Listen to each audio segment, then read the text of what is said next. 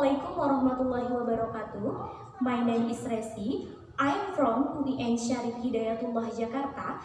I will give an opinion about suggestion for doing Istinsyaq and Istintsar when ablution and waking up.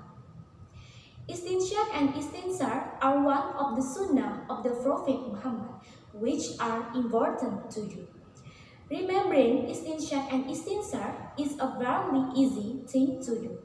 In doing Istinsyaq, we only need to inhale water to enter the nasal cavity. Then proceed with doing an overview, removing water from the nasal cavity. We will lose if we don't do it. Therefore, these two things are highly recommended to do. Why? First, if we do this, then we will get a reward from Allah Subhanahu wa Ta'ala. The reward for carrying out the sunnah of the Prophet Muhammad Sallallahu Alaihi Wasallam, as in his hadith, which read, "Perfect in ablution, wipe between the fingers and beristsyaq such water into the nose deeply, unless you are fasting." Hadith riwayat Ahmad, Ibnu Majah, An-NasaI, and At-Tirmidhi.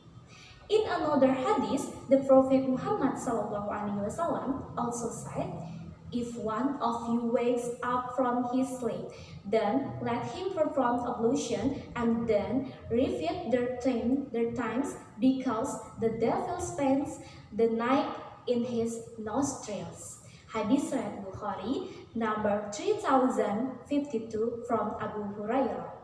Second, based on the hadith described above, when we sleep, it turns out that demons can spend the night in our nostril. This is because the nose is a part of the body that is far from the touch of worship. If we don't do Istinsyaq and Istintsar, then Satan will stay there. Starting from this, Satan arranges a trap to lead us astray.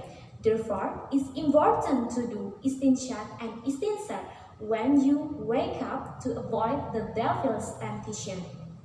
Third, in the health sector, if we do Istinsyaq and Istintsar, we can prevent diseases of the respiratory tract, because medically, Istinsyaq and Istintsar have an analogy in common with nasal irrigation. Nasal irrigation is washing the nasal cavities to avoid all kinds of dirt lodged in them, be it dust or bacteria. Dust or bacteria can cause diseases of the respiratory tract. So, just doing Istinsyaq and Istintsar is equivalent to doing nasal irrigation. Based on the arguments above, we shall start getting us to always doing Istinsyaq and Istintsar, especially in perfecting ablution worship. Don't leave these two things.